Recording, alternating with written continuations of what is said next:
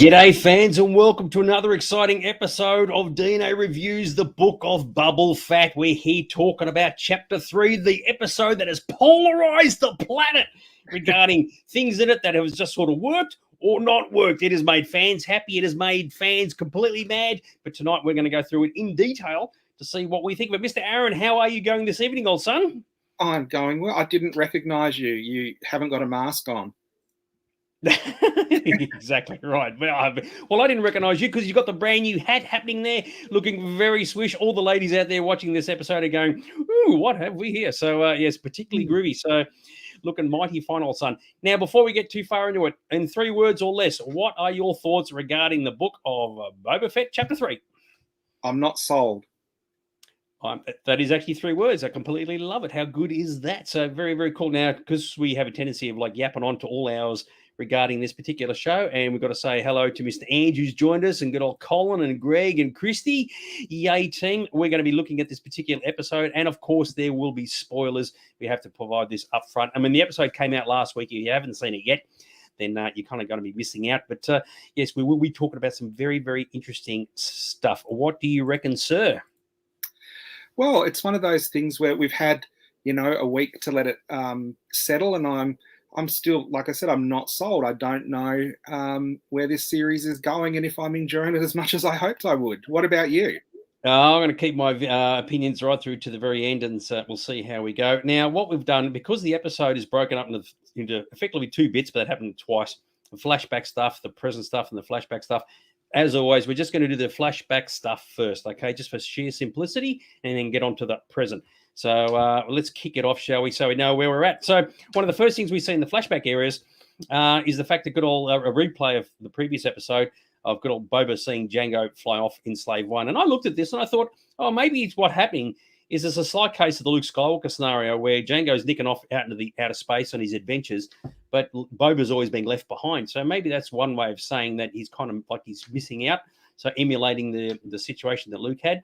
I mean, maybe I could be reading too much into it, but any of your thoughts?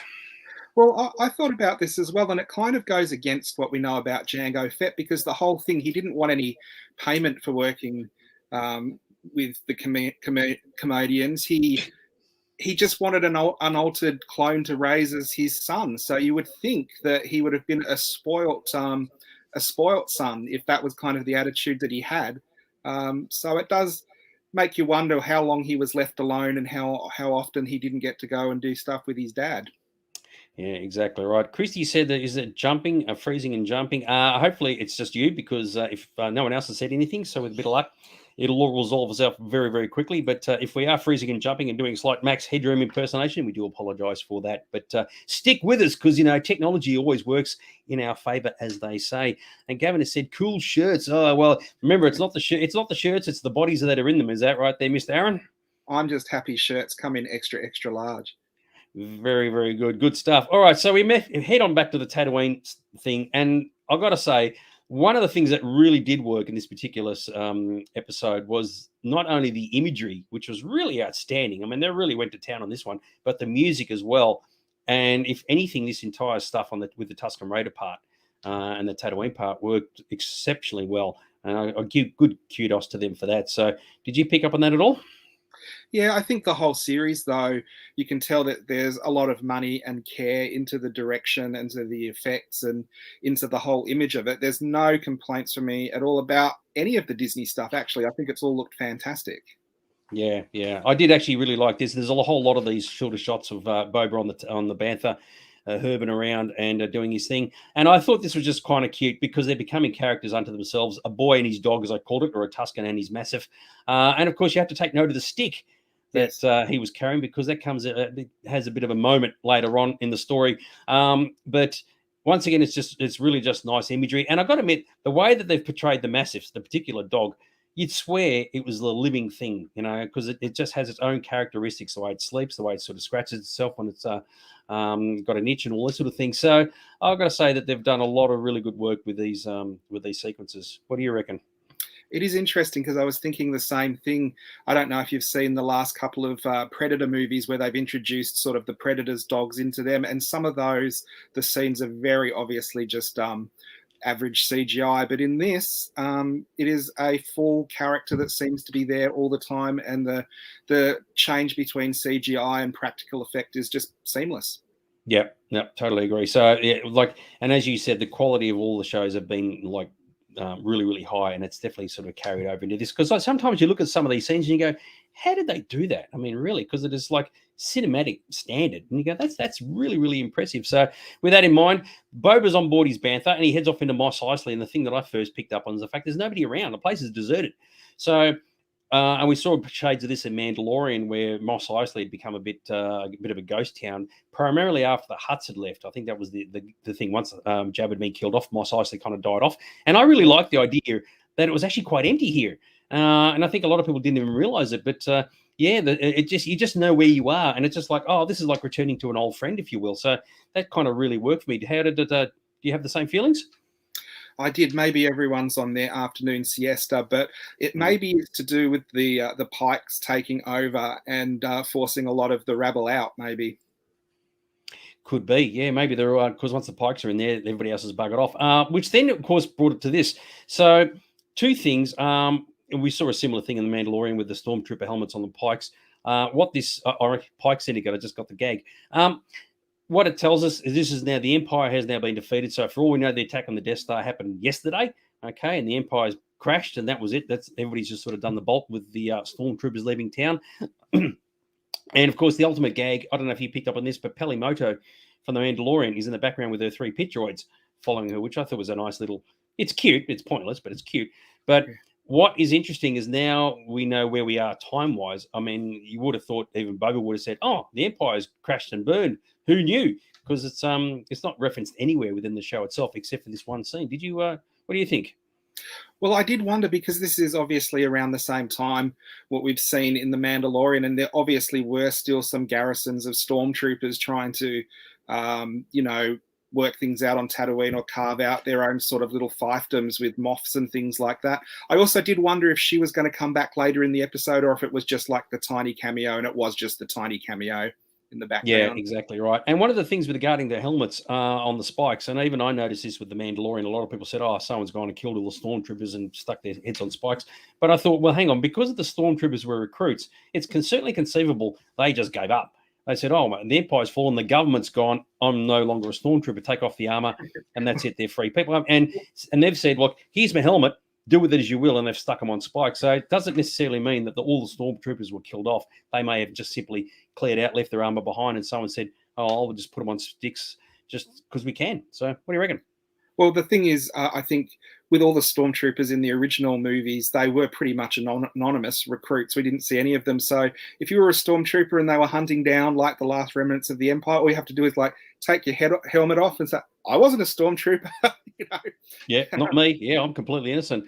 Gavin asked about the massives. So the dog's done the same way Cujo was done to Doberman. I got no idea how they would have done them. So either way, they look really, really good, and you actually believe that they were there. And because, as we said from previous episodes, where they put in footprints and all the rest of it, the attention to detail is much to be admired. Now, we mentioned earlier about the Pike Syndicate, so they're obviously a bit of a big deal. These guys, for whatever reason, are camped down in Mos Eisley, even though Mos Espa is the happening place.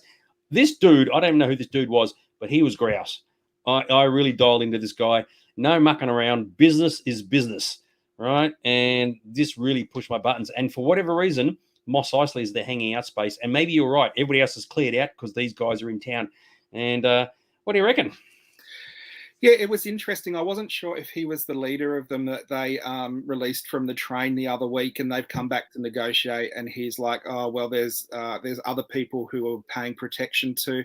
The one thing I did notice, you see on his tunic, there's a symbol in the circle in the middle. I did wonder if that was tying into, Crimson Dawn or Black Sun or something like that. They all the gangs kind of have these symbols, don't they? And I wonder if this is the Pikes symbol.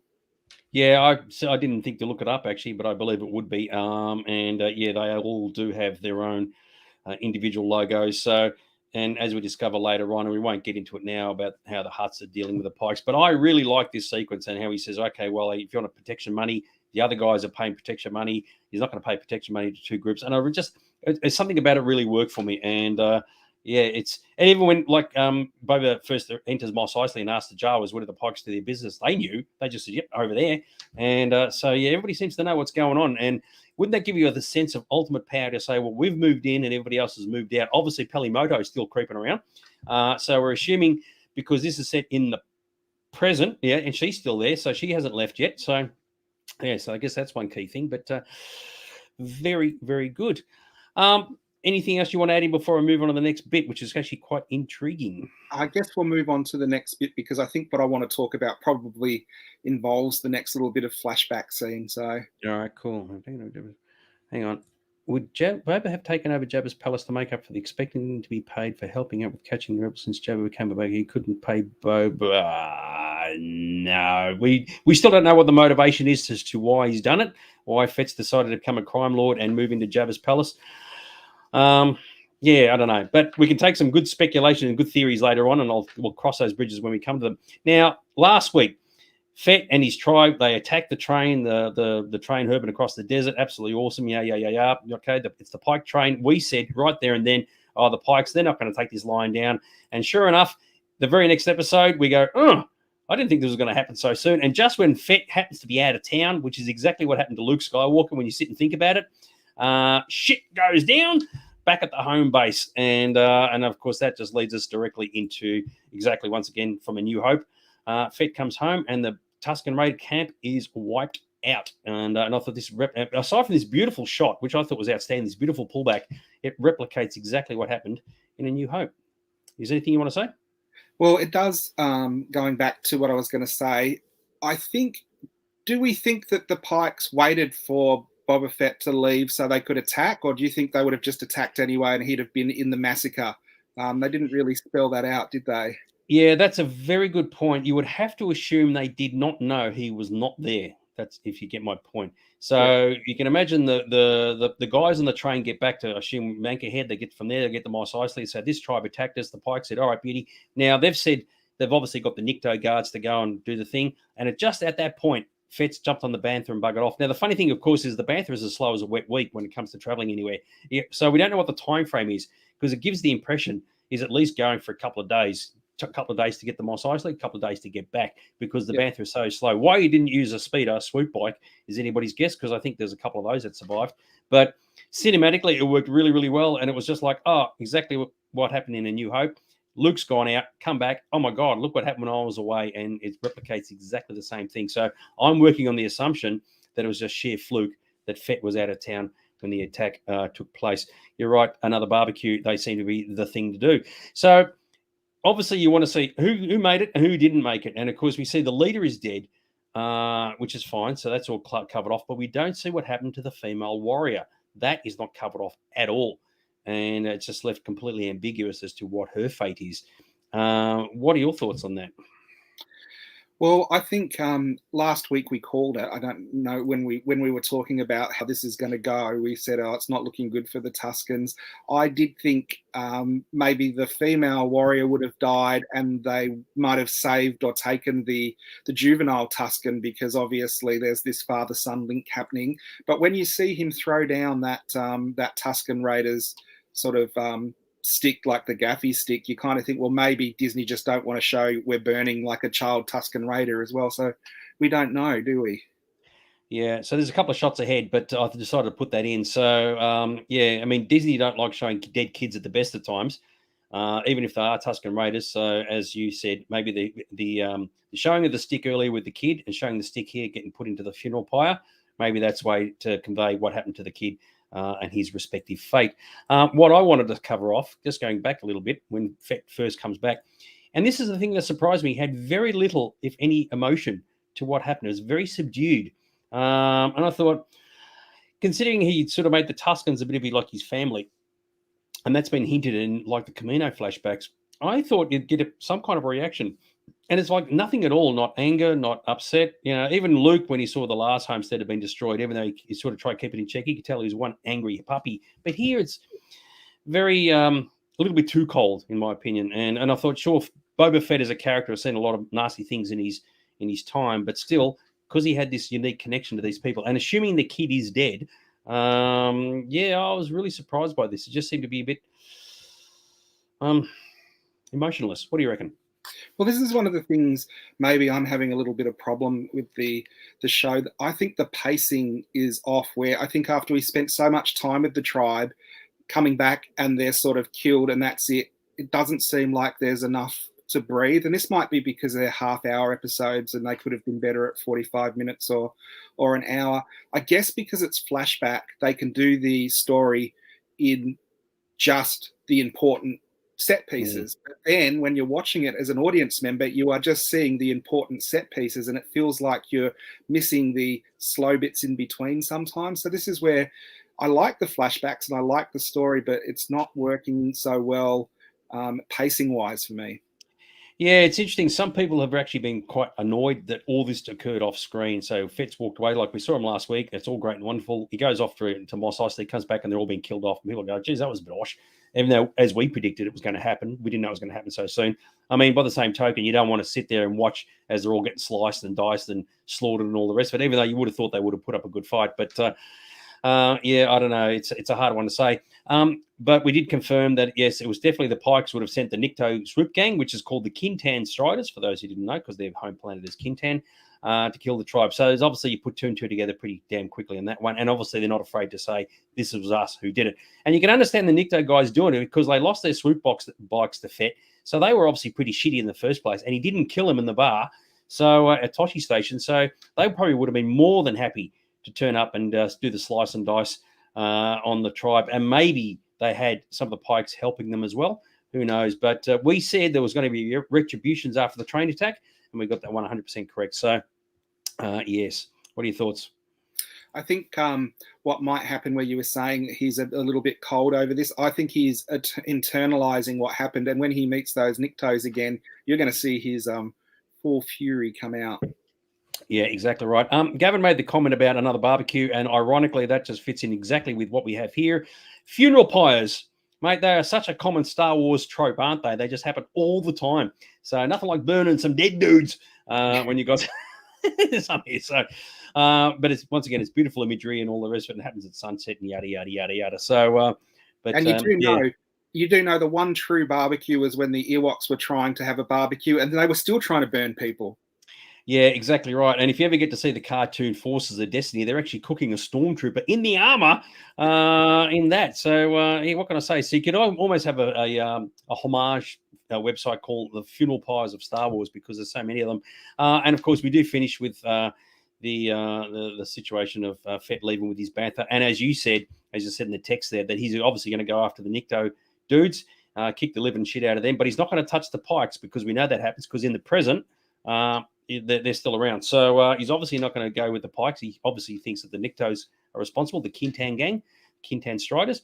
And, of course, somewhere in his travels, he's got to find Fennec Shand as well. So there you go. Now, it's very funny. One of the theories that some people have come up with, and this is way out there, and you have to do the numbers in your head, and I just can't be fagged doing it, is that is the female warrior Fennec Shand? So, as you said, maybe she was a female who got captured by the Tuskens, became integrated into their society and all the rest of it. But you have to do the numbers between the past and the present in the timeline to see if it actually fits. And I can't be bothered trying to work it out. Chances are the answer is no, but it's not beyond the realms of impossibility. Somebody would have to sit there and go, well, Fennec appears in The Mandalorian here, she appears in Boba Fett there, and then reappears in Boba Fett here. I just can't work it out. But I just think in the Star Wars universe, people just age differently depending on what race they are, because I think Boba Fett in this series is meant to be about 40, and he's obviously an older person than 40. And again, on Tatooine, Obi-Wan's been there, for 20 years when he comes out of the desert in Star Wars, and he's obviously aged a lot more than 20 years from Revenge of the Sith, hasn't he? So doing the numbers with Star Wars sometimes doesn't really work.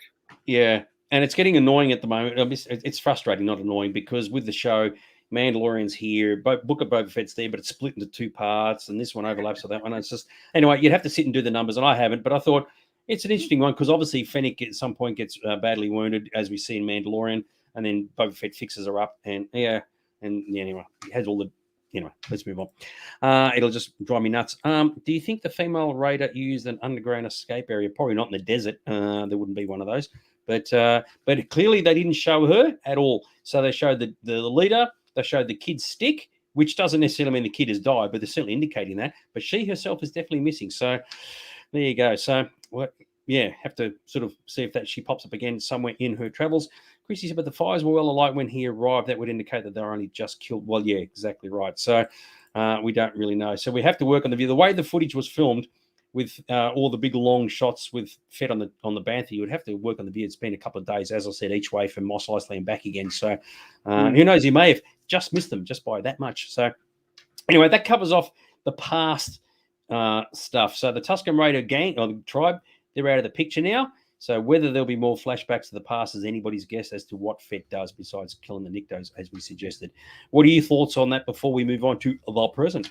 I thought in this episode there wasn't enough of the flashback. Like I said, after such a important event of everyone getting massacres, I did want to see maybe a little bit more of the past. And when it flashed forward, I was like, oh, is that it? Will we come back to it by the end of the episode? But we didn't.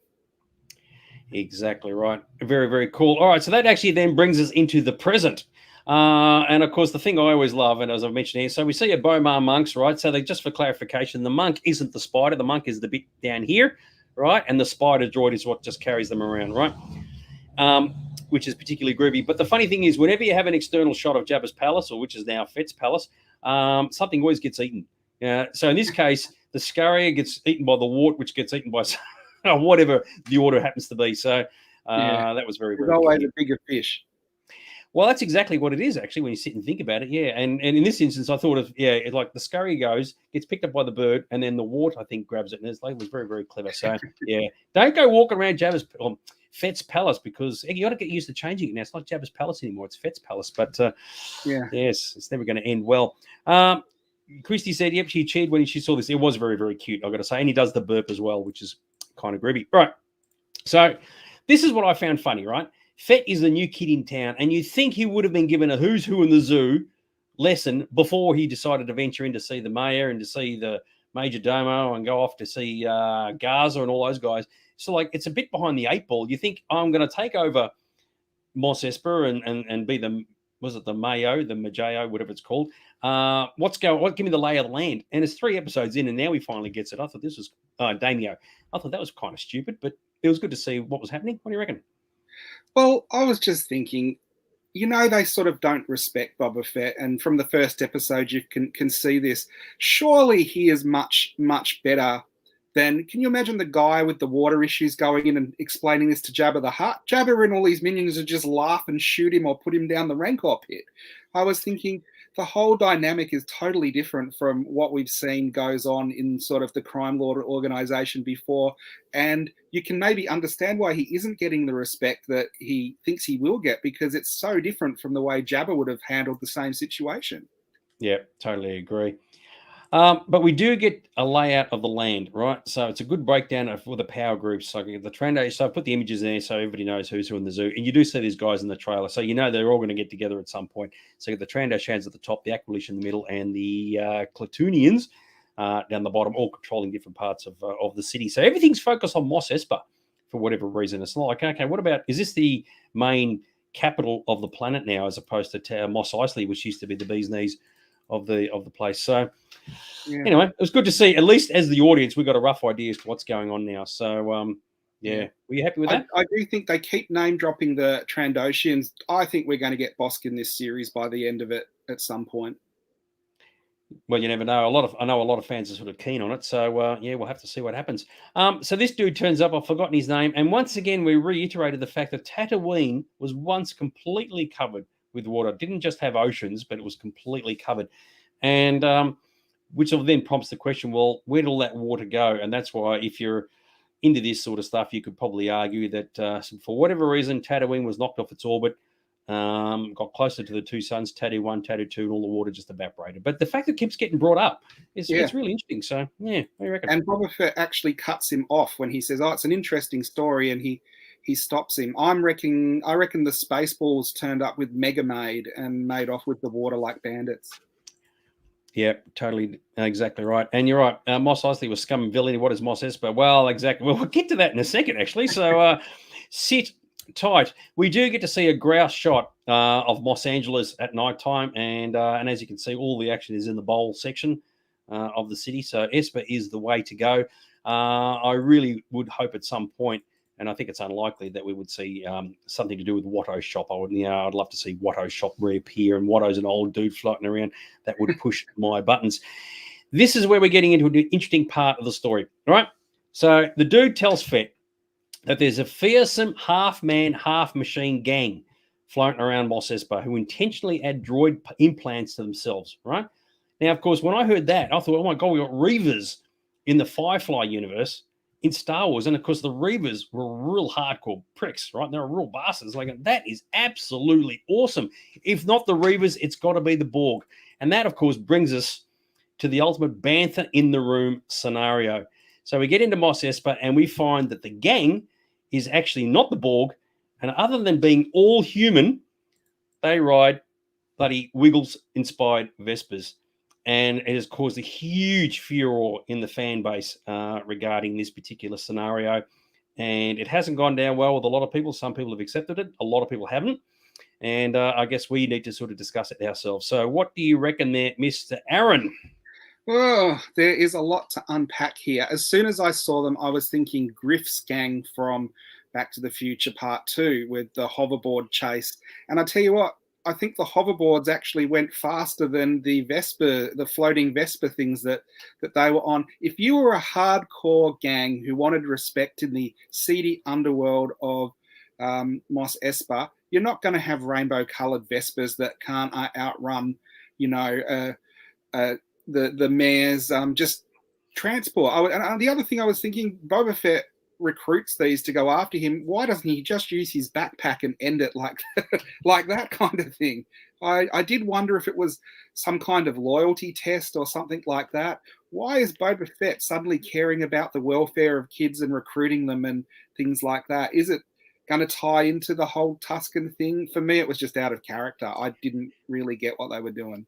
Yeah, it was an interesting moment because when that guy said in the palace that, they're half man, half machine, and I thought in this modern day and age, you normally say half human, half machine, because man, you're woman, whatever. And it really sort of did build it up a little bit. And I thought, oh, this is interesting, because I was really thinking, okay, if you got the equivalent of the Nikto gang and you got another version of those guys, but with all droid implants, you think, oh, we're talking some serious hardcore dudes here, right? So when the teenagers turned up, they were all human, which I thought was really intriguing, and their changes are relatively minor for the most part. They haven't really gone the full hardcore ripping body parts off and replacing them with other bits. And I thought, all right, okay. And they're obviously very, very young. They're not even remotely threatening or even remotely frightening. And you go, all right, fine, we'll deal with it. But the moment you put them on the Vespers, which has just upset all these people because it is so out of character. And I agree with you that Mos Eisley is or Tatooine is a desert planet, effectively. There's nothing pretty about it. It's all very harsh. It's a mining town, as I've said, and these guys are from the working group. The color of the bikes and all the chrome and the mirrors and all the rest, it just stands right out from what you would expect to see in that particular city. And a few people have suggested that a Coruscant, absolutely. Canto Bite, definitely. But Mos Espa, it doesn't work. And they pose no threat whatsoever. And if you were to stack these guys up against the Nikto dudes, there'd be no contest. The Nikto guys would eat these guys for breakfast. So I think what the producers are trying to do is bring in a new audience, a younger audience, by dangling this carrot. We don't have a Grogu. What's the next best thing that young people can really dial into? Oh, young kids on really flashy bikes. Yay, team. Does it work for marketing? Yes. Does it work for the story? It does not. And for that reason, I think it's actually a bad mistake on behalf of the writers and the producers. Well, you can imagine those bikes being outside Dexter Jettster's diner or something like that, but as you say, not on Tatooine. And it's good to see they're safety conscious because there's like 8 side mirrors on them, which I thought was a bit...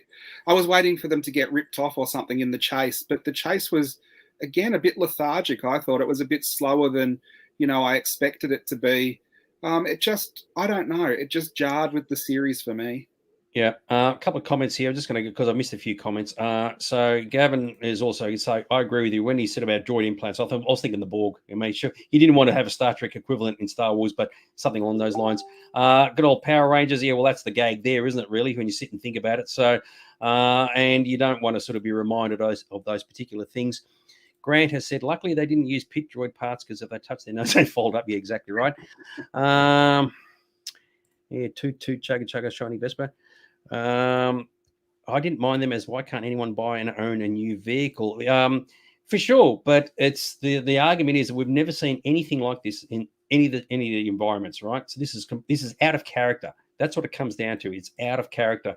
It'd be the equivalent of having a Ferrari on an oil mining rig, a real rig in the ocean, right? It just doesn't fit, and that's the issue because otherwise you would have seen these things somewhere else. If you remember, Luke's land speeder was all beaten up and busted and all the rest of it. All the vehicles we've seen, the swoop bikes, they've never been brand new, shiny, and whatever else. So, not saying it's not possible, but it's hard to swallow, especially if these guys are the working class and they're not working. So it's just very, very jarring. And there may be a backstory to it too, because someone once said they do have the Boon to Eve pod races at Mos Espa, and maybe these things are sort of an offshoot of that. But it certainly didn't come across that way. And they're not even, as you said, they're as slow as a wet week when they're traveling. So they're absolutely no threat whatsoever. So as a gang, they're actually laughable. So they're not even the cool kids of town. They're actually embarrassing. So people would look at that and go, mate, you look like a real tool driving one of those things. So I can't imagine anybody, like a real Vespa in real life. Can you imagine being like a member of the Hells Angels with a Vespa? You just, it doesn't work that way. So you've got to be realistic about these things. I thought there was one cool shot in it, and that was where the girl sort of does the sideward turn and into the camera, and they used that in the trailer, so you'd already seen sort of the cool thing.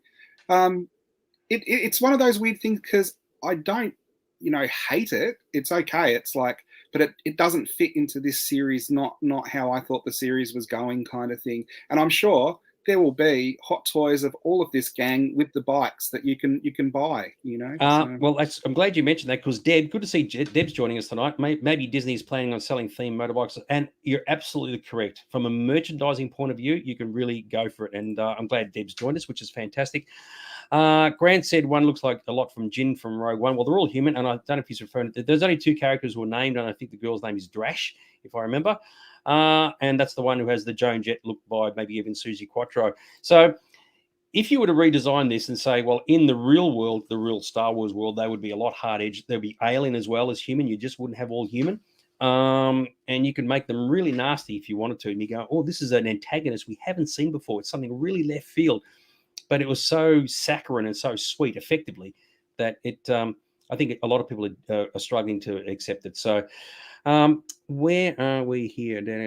Greg has said he agrees when they first described a half man, half machine. I was expecting a cooler cyborg. And of course, the thing is from the guy who said it. I mean, he's a bit of an idiot because clearly Boba Fett was going to look these people up. And when he looks at them and go, what are you afraid of, dude? I mean, these guys are just kids, and they are just kids. So, yeah. Anyway, it is what it is. So, yes, that has definitely divided the fan base. And I looked at it from the point of view, like continuing on, you're thinking there's no way that Fett would look at these people and go, I'm going to take them seriously. But he does, and he recruits them, and off we go. So if there's a weak part to the episode, this is clearly it. And of course, we have the chase later on, which we'll cover when we get there. So, yeah, funny stuff.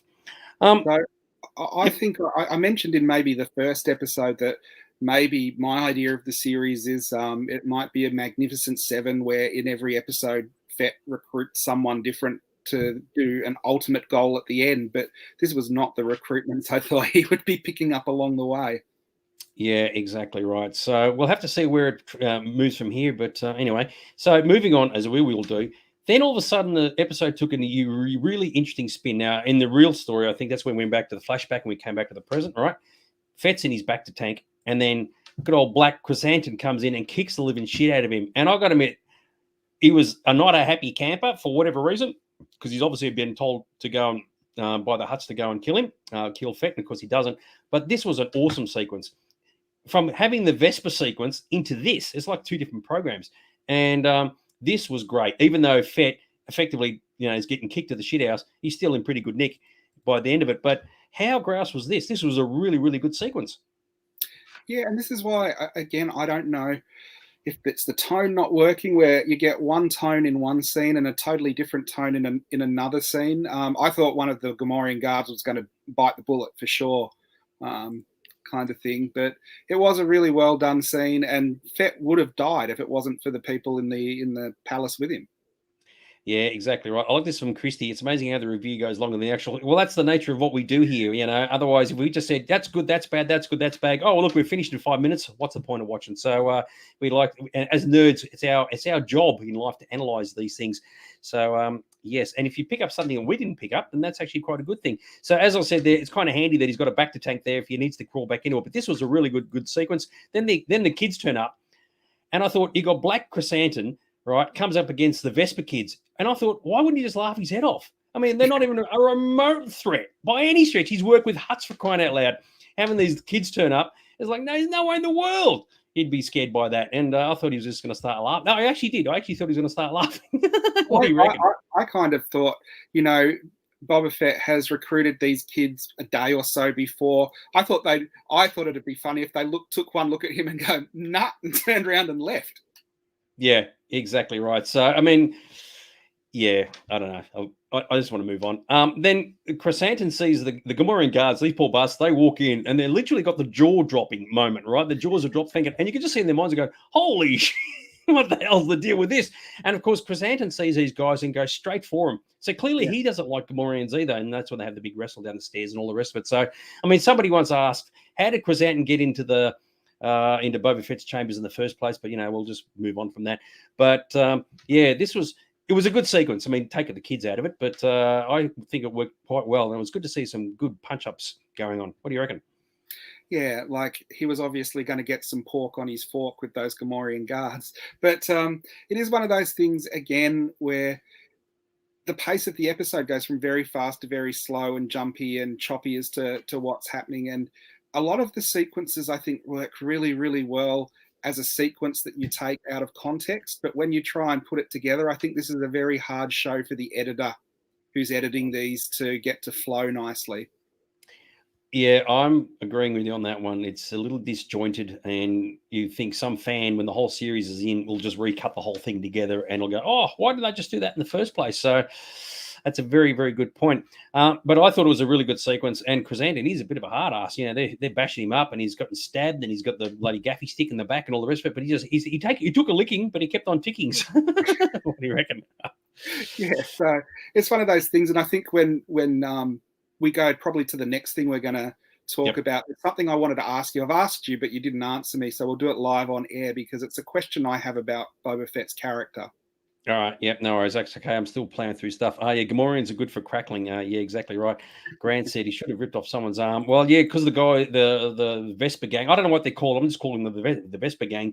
I mean, they got droid parts anyway, so they could have just ripped off of a droid arm, and that would have been quite fun. So that would have harked right back to A New Hope, you know, like pulling arms off when Chewbacca loses the chess game. So we end up in the dining hall, right? A romantic dinner for 200. And I kind of didn't get it. I think what happens is the droids are just producing this stuff by default. And you think you would have said enough food for now by the time they got half the table full. What do you reckon? Where are we going with this? Where there was so much other stuff I wanted to see in the episode, and not really anything that was discussed here was that essential. It was just to show, I guess, them relaxing. I didn't think this scene was, you know, there were so many other things they could have put in the episode. So the fact that Shennick pulls out this gigantic turkey leg, right, doesn't even use a knife and a fork and just chows. I thought, she's so tough. She puts her feet on the dining table and she just holds up a leg and straight out of the medieval ages, just sinks her fangs right into it. Crikeys, guys, where are we going with this? So anyway. Apparently, I didn't pick it up, but apparently the stuff that was on the table was from various episodes of the Clone Wars as well. Oh, okay. I was wondering if the Massif was on there, because imagine saying, I used to be like friendly to that dog, and now we're chowing down on it. So anyway, I agree with you. It was a bit silly, but anyway, we move on. So the twins turn up, right, and knock on the door. Twins have arrived. Now, the interesting thing of this particular sequence is the twins are saying they're now buggering off out of Tatooine, right? After holding Tatooine for probably quite a long time, they're now nicking off. And it's clearly suggesting that they're doing that because the Pikes are in town and they're afraid of the Pikes. Now, I'm of the opinion that the Pikes are a bit of a diversion, and it's actually Crimson Dawn who were the power behind the throne, so to speak. And if that's the case, that will be interesting because Crimson Dawn are obviously introduced in Solo and haven't really featured anywhere since. And of course, if they are in charge, it is Crimson Dawn. Is Akira, Amelia Clark's character from Solo, who's still in charge. So you reckon it's an intentional misdirection of a misdirection? It's really interesting because, again, whenever we do expanded universe stuff, I'm always of the opinion that it usually diminishes characters rather than expands on them. And this is one of those things where now the Hutts seem less powerful than they did to me for years and years and years, because they're putting their towels between their legs and disappearing. Now, the whole thing with Kira, would she be played by the same actress? Because this is set a long time after Solo. They have been running parallel in some of the comics, her character and what she's done. And she was trained in the comics by Darth Maul. And she eventually goes up with a lightsaber against Darth Vader and holds her own. She doesn't defeat him. But if the current Disney comics are canon, I guess all this is in the background, and they could pull it out and they could say, well, this is it, Crimson Dawn, and it's run by Kira with Darth Maul pulling the strings. I don't think they've seeded it enough within this series to do that, but who knows? Yeah, okay, because I don't read the comics, and that's one of the downsides of the whole thing. There's so much going on with the comics. And yes, they are all canon, so that is correct. If they could get Emilia Clarke back, assuming it is Crimson Dawn and assuming she's still around, that would actually be nice for continuity. It's hard to say. But it seems too easy that the Hutts are nicking off, the Pikes are in town, and you go, well, that's about as straightforward as you can get. You'd like to think there's a bit more to it than that, because the Hutts and the Pikes have obviously been at crime syndicates for a very, very long time. They've learned to coexist. So it doesn't make sense that now suddenly, just because the Pikes are moving into Mos Eisley, the Hutts are going to bugger off. So wait and see, I guess, and we'll see what happens. So the twins have arrived. It's awesome in one episode, and now they're nicking off in the next episode. And I know a few people have been a bit disappointed with that, thinking, well, they look really, really cool. They were really, really great. And now they're just hightailing it back to, they actually say Hutter, not Nell Hutter. So, but maybe Hutter's a cut down version of Nell Hutter, if you know what I mean. But they're out of town. It's just, that's it, done and dusted. So you never know. We might not see him again, which is a bit of a pity. And speaking of things we may not see again, Chrysanthemum gets cut loose, right? And some people really believe that after running off, and he did actually just run off, which looked a little embarrassing, he will come back to join Fett's family, inverted commas. And if he does, that would be kind of groovy, because the kid, clearly Fett needs something a bit more powerful than the Vesper gang, who are not much chop. But this is the question I had for you. This guy has just tried to kill Boba Fett while he sleeps. He nearly did it, and if it wasn't for everyone else, and he lets him go. Yet the Boba Fett we saw in The Mandalorian walks in and shoots Bid Fortune in the face without even a second look. Isn't that a really weird change in character? It is, and especially when you look at the time frame between what happened in The Mandalorian. So right at the end of The Mandalorian, he comes in and kills Fortune, as you said, and we've got this sequence. So for all we know, this is like next week or the week after, 2 weeks, not even a month. So you're right, it's a real about face as to what's going on. And I think it missed one line. All he had to do was turn to Fennec Shand and say, Wookiees owe life debts. Or something like that. It's a good point. And of course, it's worth noting that back in his heyday, Fett used to carry around Wookiee scalps. So theoretically, Chrysanthemum, after being defeated by Fett, it should have ended quite badly for him. So, and the reason why I think a lot of this is happening is because, Disney / Lucasfilm are saying, well, we've got this central character. We can't make him an absolute prick because we want the audience to sympathize with him. And we've got to lighten, and this is a bit of a deeper discussion, but we've got to lighten the load a little bit, because he's not an anti-hero anymore. He's now a hero, right? So they can't have him do the things that he used to do, because that would then the audience would go, look, this is too nasty. Mate, he's killing Chrysanthemum, he's killing this, he's killing that, he's murdering the kid, he's killing the dog. It's like, no, I'm switching off. So they've got to lighten the character up so people go, you know what, we really like him now. He's actually kind of cool. But by doing that, they're actually ruining the character that was created for the original trilogy and made him too saccharine. And that's the downside. So now he's hanging out with the Vesper kids. Hey, you guys are all groovy. Come into my big-ass table and chow down on some Clone Wars dogs or whatever. And it's completely against how the character was first created. And if anything, it's probably going to turn fans off how he should have been presented. If they did the flashbacks to show everyone how he got to the point where he was the character we're seeing in the current Boba Fett series, I'd be okay with that, because he goes on a journey and changes. But the very fact that like you said, it could be within a week, he's shooting someone to take over, and then he's not killing other people and sparing people, it doesn't really wash for me. It could be a lot better. And I think I've said this before. Why can't Hollywood let bad characters stay bad? Not just in Star Wars, any character that they go, let's expand. Suddenly, Harley Quinn is a good character instead of a bad character. And then we're going to look more into this episode where I think another sort of bad character gets a reevaluation or a bad monster coming up. So you are right. So what theoretically should have happened at the end of The Mandalorian is Fett walks in, sees Fortuna there and says, all right, off you get. I'm going to take your spot. You can live and be my major domo. And that would have kept the characterization through. So anyway, we'll move on. Regarding your said about the Hutts having tails between their legs, I like this one from Christy. If they do that, they'll actually roll, which is kind of groovy. You're right, especially downhill. You're right, Grant. Maul is dead at this point. That's why Kira would be in charge, assuming she's still around, of Crimson Dawn. So Maul died in Rebels, Clone Wars, Rebels. Which one of those two?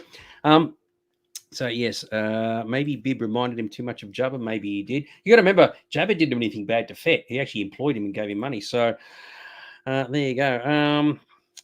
Even Vader turned good at the end. Yeah, well, look at it took to make that happen. And yes, here, kitty. Speaking of here, kitty, we've got this coming up. So I just said as a joke, is this Moochie? Of course, this was from the Bad Batch. So a new Rancor rolls up, and there's a whole segment regarding what happens with this particular beast. And a gift, some gifters, Fennec Shan. So Fennec says. So what do you reckon, old son? A new Rancor for the Rancor pit? Well, you called it last week where you were like, the Rancor pit's empty. Maybe Moochie would turn up, and well, we haven't got Moochie, but we've got another Rancor that apparently now Rancors are misunderstood. They're not like the vicious killers that we all thought they were. That is a very good point. So there's a long segment regarding what happens here, and there's a few things I wanted to cover off. So I can't think of the actor's name. He's famous. Who is Danny Trejo. Yep. Thank you very much. I'm just shit house with names. So he actually says, it is said, and he's making a reference to the Nine Sisters on Dathomir riding Rancors, which has actually happened in the original EU book. But of course, as we see in the Clone Wars, they don't. So unless they've done that in the past 30 years, who knows? It was a nice reference, but it's technically an incorrect one because there was no Rancors whatsoever on Dathomir when the Night Sisters were around. I thought I'd just chuck that in for those who like their continuity, like I do. This one is an absolute ball terror, right? I don't know if you picked up on this. Fett says he has ridden creatures 10 times bigger than a Rancor, and he actually has, believe it or not. Star Wars holiday. The holiday special. What do you reckon? Yeah, I picked up on that. I thought that was pretty cool. I think the Rancor being rode is actually in the book, The Courtship of Princess Leia. Yeah. I think that's where it happens. But those books are all non-canon now, aren't they? No, all gone. Yep, exactly right. So, yes, very, very groovy. Anyway, we're still sticking with the whole thing, right? So the guy says Rancors connect to the first human they see. And I thought, why does it have to be a human? Why can't it be an alien? So now, this is the other thing that doesn't make sense to me. Are you telling me that Rancor has had its eyes covered up since it was born? You beat me to it. That's exactly right. So, exactly. So what's the deal with that? Unless he's only like a week or two old or whatever. Thanks, Tracy. Yeah, Danny Trejo. So, yeah, exactly right. So there was certainly some questionable elements there, thinking, okay, first human. So if you're an alien, mate, it ain't going to work. And you're right, has he always had his eyes covered over? So, but having said all that, and the fact that they are humanizing the Rancors, as you said, like they did with the Tuskens. So suddenly they're not mindless, savage beasts as we once thought they were. Now they've actually got a softer side, just like the Tusken Raiders now have, apparently. Yep. But it was a good sequence, though. I don't know where they're going with this. Eventually, of course, Fett's going to ride one of these things, probably into Mos Espa, and people are going to be shitting bricks when that happens. But well, I don't what are your thoughts, old son? I don't know if you've seen the picture that's going around of behind the scenes, because I did wonder. I was like, oh, the composite on this is actually better than Return of the Jedi, where it's one of the bad composite scenes where Luke is running around in front of the Rancor, and it's obvious that, you know, it's a picture composite on top of another. But they actually made a full-size Rancor head, and you've got them on the set, like standing in front of it. I said, well, they've gone one up from Return of the Jedi by doing a full-size Rancor. Yep, exactly right.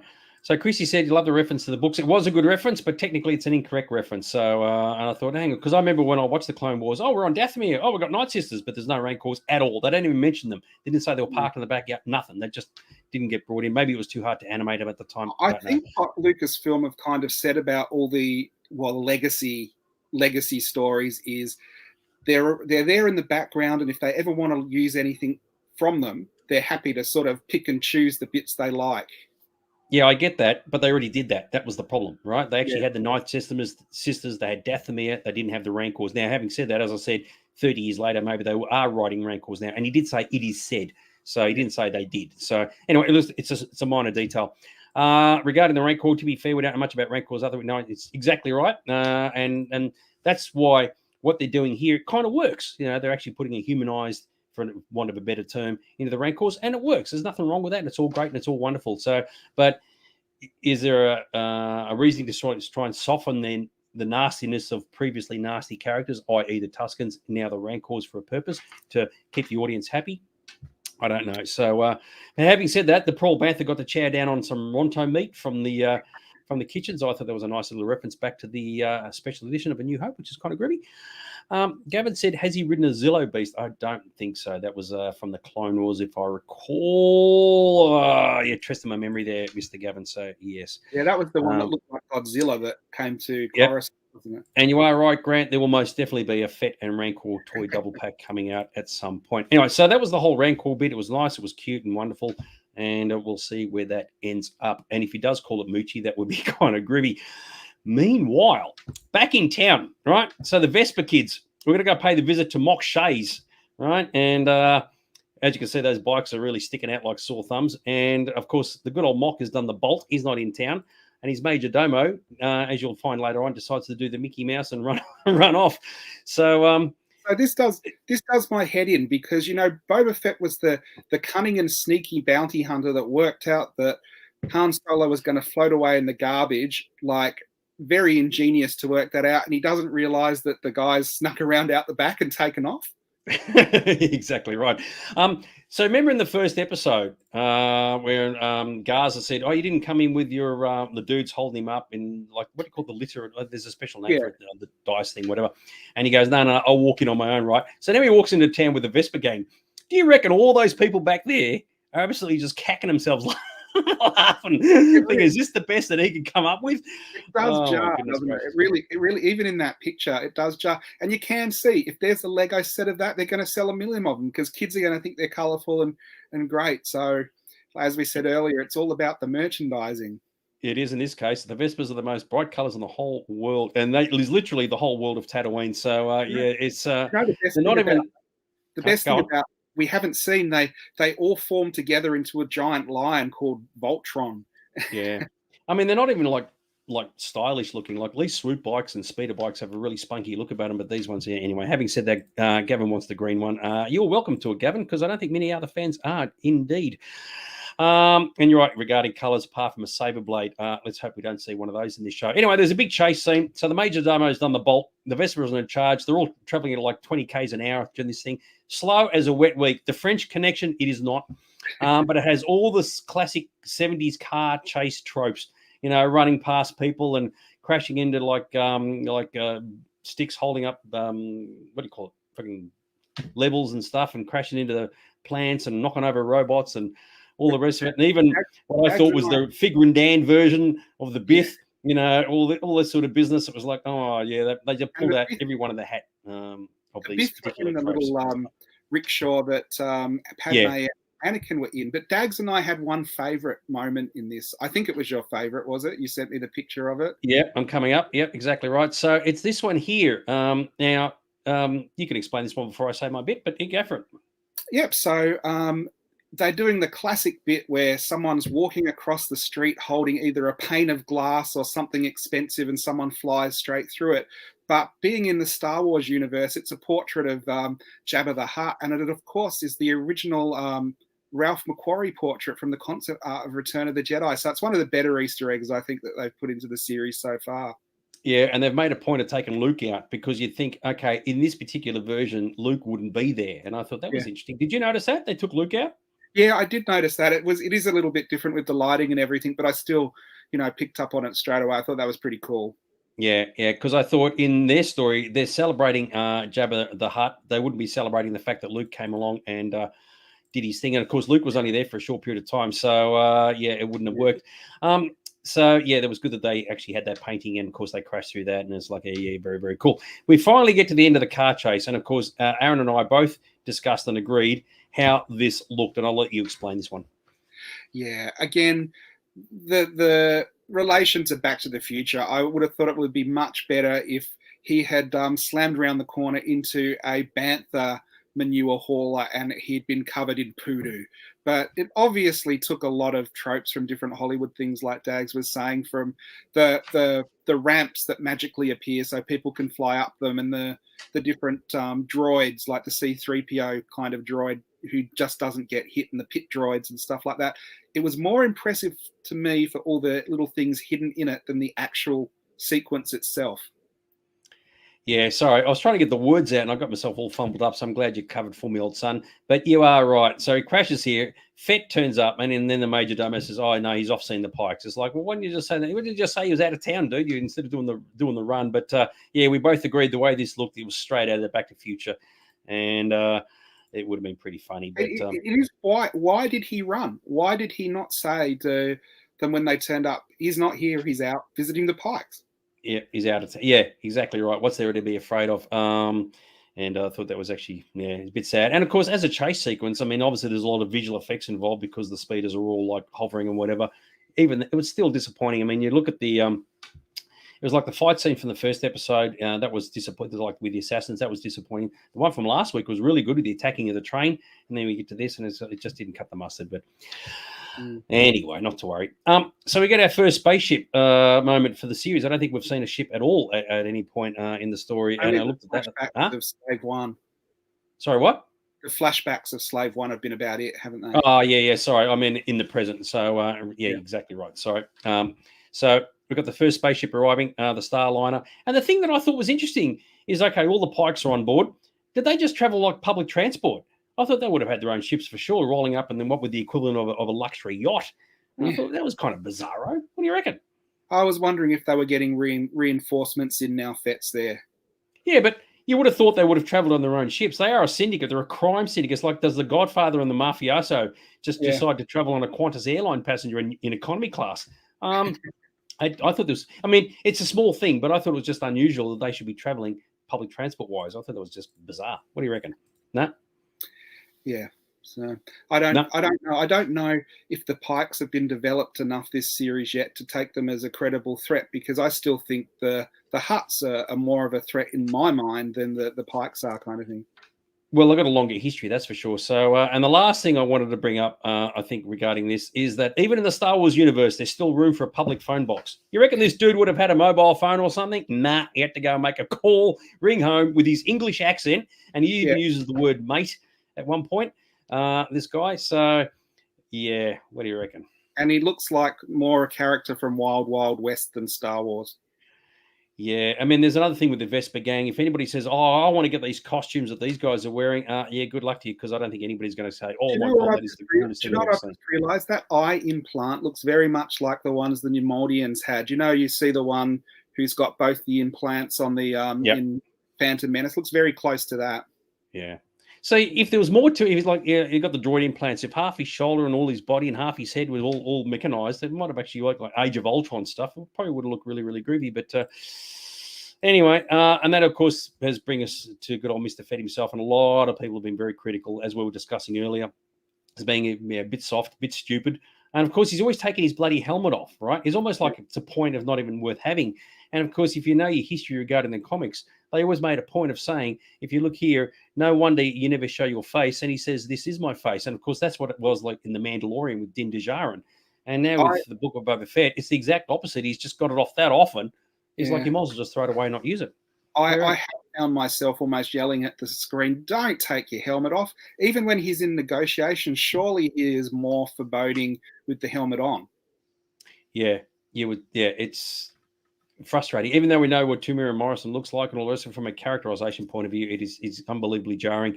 Regarding the Pike Syndicate, I like this. Alien Pacino. Yeah, I love that one. That's pretty groovy. And you're right, Christy. All the kids' clothes look brand new and in perfect condition. That's a very good point. The used look, which Star Wars was notoriously good for, it's kind of out the window. And that is a very, very good observation, I've got to say. So unbelievable. So, well, you look at the gang. You look at the gang that was in Solo.